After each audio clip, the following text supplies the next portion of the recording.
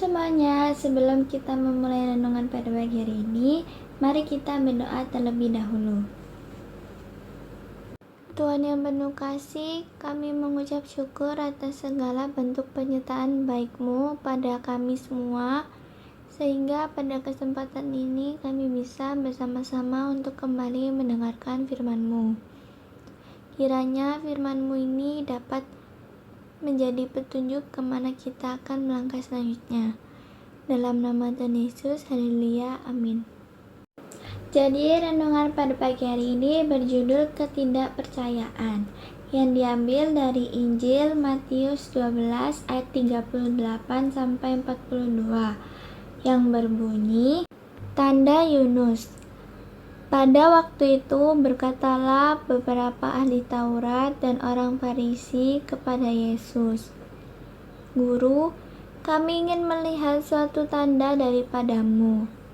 Tetapi jawabnya kepada mereka, "Angkatan yang jahat dan tidak setia ini menuntut suatu tanda, tetapi kepada mereka tidak akan diberikan tanda selain tanda Nabi Yunus. Sebab seperti Yunus tinggal di dalam perut ikan 3 hari 3 malam, demikian juga Anak Manusia akan tinggal di dalam rahim bumi 3 hari 3 malam. Pada waktu penghakiman, orang-orang Niniwe akan bangkit bersama angkatan ini dan menghukumnya juga. Sebab orang-orang Niniwe itu bertobat setelah mendengarkan pemberitaan Yunus.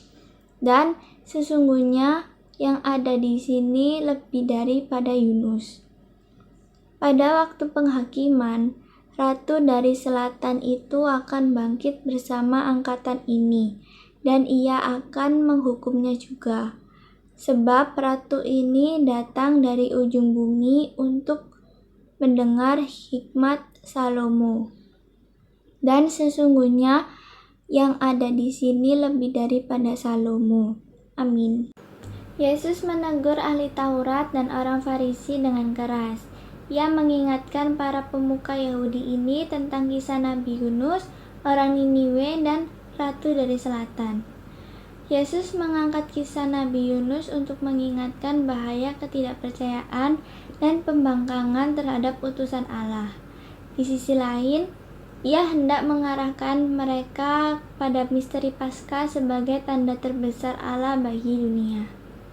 Selanjutnya, ia menggunakan kisah orang Niniwe dan ratu dari selatan untuk menyadarkan para pemuka Yahudi, bahkan orang bukan Yahudi yang mereka cap sebagai kafir, justru lebih mudah percaya daripada orang Yahudi yang mengaku sebagai umat pilihan Allah. Yesus menegur ahli Taurat dan orang Farisi karena mereka tidak percaya kepadanya. Para pemuka Yahudi ini menantang Yesus dan memintanya untuk mengadakan mukjizat bagi mereka. Dalam tradisi kitab suci, ketidakpercayaan adalah pelanggaran serius, sebab menolak untuk taat dan percaya kepada Allah. Ketidakpercayaan para pemuka Yahudi ini akan mendatangkan hukuman yang berat bagi mereka. Saudara-saudari terkasih, iman yang sejati selalu mendorong seseorang untuk membuka hati bagi Tuhan. Tuhan selalu hadir menyapa kita dalam berbagai pengalaman hidup dan melalui orang-orang di sekitar kita. Alih-alih menuntut tanda, kita mesti membuka hati kita untuk mendengar sapaan ilahi itu. Semoga hati kita semakin peka akan kehadiran Tuhan dalam peristiwa-peristiwa sederhana dan dalam keseharian kita. Demikian renungan pada pagi hari ini. Mari kita tutup dalam doa.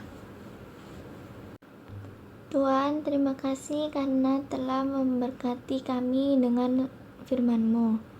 Selanjutnya, biarlah kami dapat menjadikan firman-Mu sebagai pedoman hidup. Bimbinglah kami menemui jalan yang terang. Dalam nama Tuhan Yesus, haleluya, amin.